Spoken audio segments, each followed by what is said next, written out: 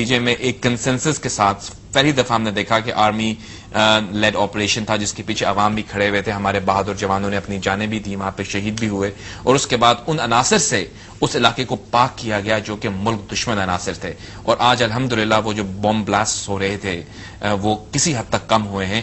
کیا آپ ایک جمہوری حکومت کی اچیومنٹ نہیں دیکھ رہے اس میں؟ پہلے تو جاوید میں بڑے ادب سے کہنا چاہتا ہوں کہ سارے قبائلی علاقے میں اس وقت دو مختلف آپریشنز ہو رہے ہیں۔ ایک قبائلی علاقے میں ڈرون اٹیکس اور پاکستانی ہم بمباری کر رہے ہیں، وہاں F-16 کا استعمال کر رہے ہیں، ہیلی کاپٹر گن شپس استعمال کر رہے ہیں، ہماری فوج ابھی نہیں گئی قبائلی علاقے میں، آپریشن شروع نہیں ہوا۔ اور ایک سوات ہے جو سیٹلڈ ایریا تھا، دو مختلف ایریا۔ اب سب سے پہلے تو میں بڑے ادب سے پوچھنا چاہتا ہوں کہ کیا یہ واقعی خطرہ تھا پاکستان کو کہ 4,000 سے 5,000 جو سو کال 3 گروپس میں طالبان تھے، کیا وہ پاکستان کو فتح کر سکتے تھے جس ملک کی 7 لاکھ کی فوج ہے؟ کیا یہ جو ڈینجر تھا، کیا ہم نے یہ اور باہر سے بلو اپ نہیں کیا گیا اور اتنا بڑا ہم نے آپریشن کیا، کیا یہ اس سے بہتر طریقہ کوئی تھا؟ اس میں تو کوئی شک نہیں کہ ملیٹنٹس کے خلاف آپریشن ہونا چاہیے تھا۔ کیا یہ طریقہ تھا آپریشن کا کہ 20 لاکھ لوگ گھروں سے نکل جائیں اور اس کے بعد ان کی زندگی کو بچانا ہے؟ آپ ان کے وہاں موجودگی میں تو نہیں آپریشن کر سکتے ہیں، اٹ واز اے کانسیکوینس۔ اور جس طرح سے آپ تو خود ویلفیئر کا کتنا کام کیا، ماشاءاللہ آپ کا شوکت خانم کے علاوہ بھی آپ کام کرتے ہیں، کہ لوگوں نے کس طرح سے فلانتھرپی سے لوگوں کی مدد کی آئی ڈی پیز کے لیے، تو مطلب یہ تو ایک اسپرٹ ہوتی ہے، جب قوموں پہ مشکل وقت آتا ہے تو قوم ساتھ کھڑی ہو جاتی ہے۔ جاوید، ہماری قوم میں 65 مجھے ابھی بھی یاد ہے، جب 65 وار کی جب شروع ہوئی تو ہمیں یاد ہے کہ ہماری قوم کیسے کھڑی ہوئی تھی۔ قوم کا کبھی کوئی مسئلہ نہیں ہے، ایشو یہ ہے کہ یہ جو ہم نے جنگ اپنے سر پہ لی ہے، 2004 سے پہلے جب ہم نے وزیرستان کا آپریشن شروع نہیں کیا تھا، کوئی ملیٹنٹ طالبان پاکستان میں نہیں تھا، یہ فیکٹ ہے، اس کے اوپر کوئی ڈسپیوٹ نہیں ہے۔ ہم نے ایک کسی کی جنگ لے کے، پیسے لے کے، اپنے لوگوں کو مروا کے، جو مائیکل شور جیسے رائٹ ونگ CIA کے ایکس اینالسٹ کہتے ہیں کہ پاکستان کے نیشنل کے انٹرسٹ کے خلاف مشرف نے فوج بھیج دی وزیرستان میں امریکہ کی خدمت کرنے کے لیے۔ ہم نے کسی اور کی جنگ سے ایک ملک میں سارا انتشار پیدا کیا، انتشار سے ہمارے ملک میں فلائٹ آف کیپٹل، ہماری باقی تو چھوڑے کرکٹ ٹیم کوئی نہیں اب آتی، ہمارے ملک کا، ہم نے اپنے ملک کے اوپر جو یہ ہڈن کاسٹ جو حکومت کہتی ہے کہ $50 ارب کا نقصان ہو چکا ہے، اور اس کے ہم لیتے ہیں $1.5 ارب سال کا، 1,20,000 فوج ہماری اب لگی ہوئی ہے کرنے جو کوئی پہلے نہیں کر رہی تھی 2004 سے پہلے۔ میں سوال یہ پوچھتا ہوں کہ کیا یہ ہمارے انٹرسٹ میں سارا ہے، اور کیا یہ جنگ کی کوئی اینڈ ہے؟ کیا جب امریکہ فیصلہ کرے گی تب امریکہ کا ذکر کیا آپ نے، میں چاہوں گا یہ پوچھوں آپ سے کہ ایک انٹرنیشنل ڈائمینشن بھی ہے ان تمام واقعات کی، جس کو اگر ہم اسپیکٹرم کو تھوڑا براڈ کر دیں تو لوگ یہ کہتے ہیں کہ پاکستان کے خلاف یا پھر مسلمانوں کے خلاف انٹرنیشنل سازش ایک ہو رہی ہے، خصوصاً پاکستان کے اندر، جن سازشوں کا ہتھ کنڈا بن رہے ہیں کچھ ایسے عناصر جو یہاں موجود ہیں۔ یہ جو گریٹر کانسپریسی ہے جس کا بلیک واٹرز کا بھی ذکر ہم کرتے ہیں، اور بھی ایسی انسیڈنٹس ہیں جو انکنفرمڈ ہیں لیکن دے آر بینگ رپورٹڈ، تو آپ کیا سمجھتے ہیں کہ گریٹر ایجنڈا کیا ہے US کا پاکستان کے لیے؟ دیکھیں جاوید، امریکہ کا تو ایجنڈا ہے، ان کا تو اپنا انٹرسٹ تھا، وہ تو ہمیں پتا تھا کہ انہوں نے ایک وار آن ٹیرر کے نام پہ اس کے انہوں نے اپنے ایک جو ایجنڈا پہلے سے وہ فلفل کرنا چاہتے تھے، اور بیسکلی اس کے پیچھے انرجی ہے، اسرائیل کے انٹرسٹ ہیں، ایک تو عراق تھا اور دوسرا افغانستان کے اندر جو کیسپین سی آئل اور گیس ریزروز وغیرہ ہیں۔ ہم اپنے سے پوچھیں کہ ہم اس ایجنڈا کے حصہ کیسے بن گئے؟ کوئی 9/11 میں نہ کوئی پاکستانی ملوث تھا، نہ کوئی القاعدہ افغانستان میں تھی، اس کو CIA نے ٹرین کیا تھا، ہم اس کے سینٹر میں کیسے آ گئے؟ میں بڑے ادب سے کہتا ہوں پھر سے کہ ہمارے ملک میں میر جعفر اور میر صادق بیٹھے ہوئے ہیں، اپنے ذاتی مفادات کے لیے ہمارے ملک کے مفادات کو وہ برباد کر رہے ہیں۔ اب آج ایک آرٹیکل آیا ہے، میں نے پڑھا نیشن اخبار کے ہیڈ لائن میں، کہ پاکستان ایمبیسڈر جو بیٹھا ہوا ہے امریکہ کے اندر، وہ پاکستان کے انٹرسٹ کے خلاف اس کی خبریں لیک کروا رہا ہے وہاں، یہ مین ہیڈ لائن ہے آج۔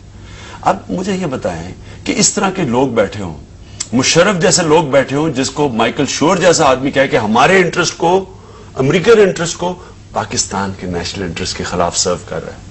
ہمارے ملک میں ایسے لوگ بیٹھے ہوں جو ڈالرز لے کے. مشرف صاحب کا جو ٹرائل ہے اس پہ بھی ہم بات کریں کیوں ضروری ہے؟ آپ کیا سمجھتے ہیں کہ مشرف صاحب کا ٹرائل کیوں، آپ اگری کرتے ہیں پہلے کہ ان کی ٹرائل ہونی چاہیے، آرٹیکل 6 اپلائی ہونا چاہیے ان پر، اگر وہ کیوں، why is it important to hold ہم اکاؤنٹیبل؟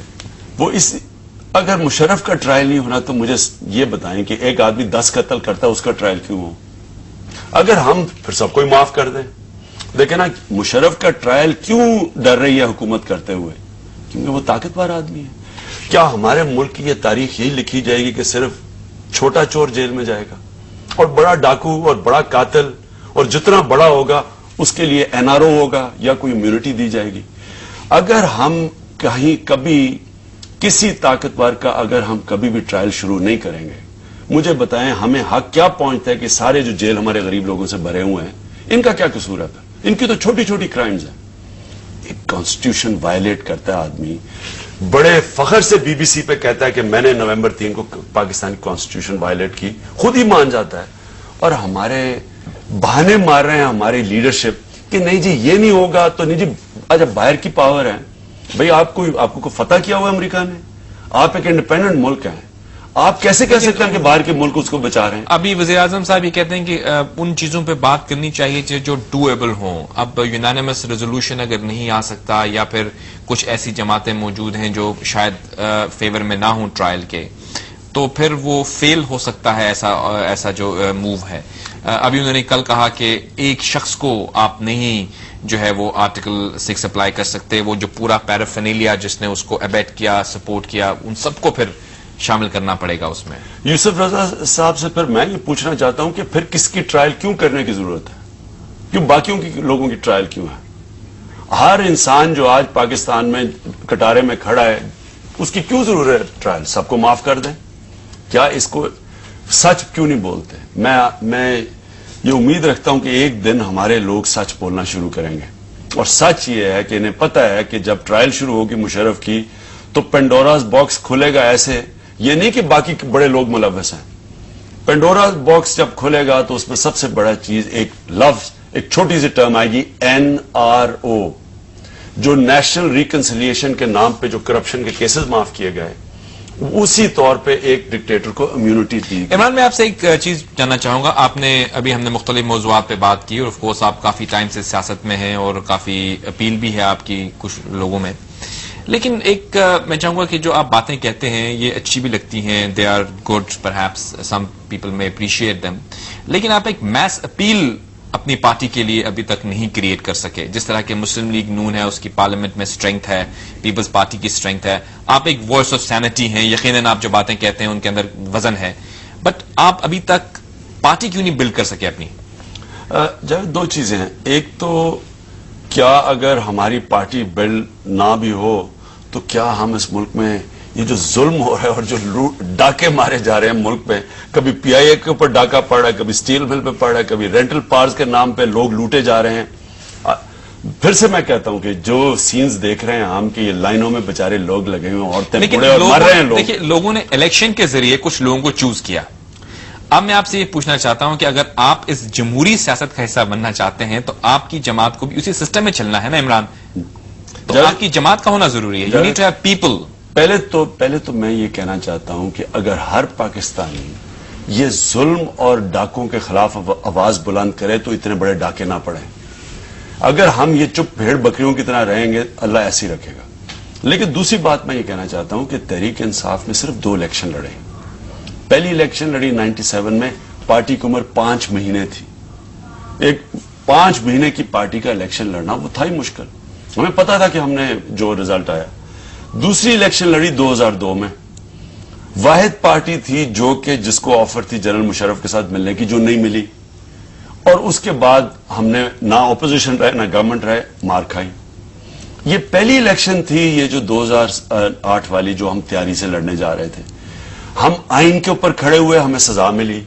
جو نظریہ ضرورت کے تحت الیکشن لڑے وہ آج پارلیمنٹ میں بیٹھے ہیں، کیونکہ الیکشنز کو تو غیر آئینی قرار دے دیا گیا. PCO کو پاکستان کے سپریم کورٹ نے غیر آئینی قرار دے دیا. اصل میں تو نئے الیکشنز ہونے چاہیے تھے پاکستان میں.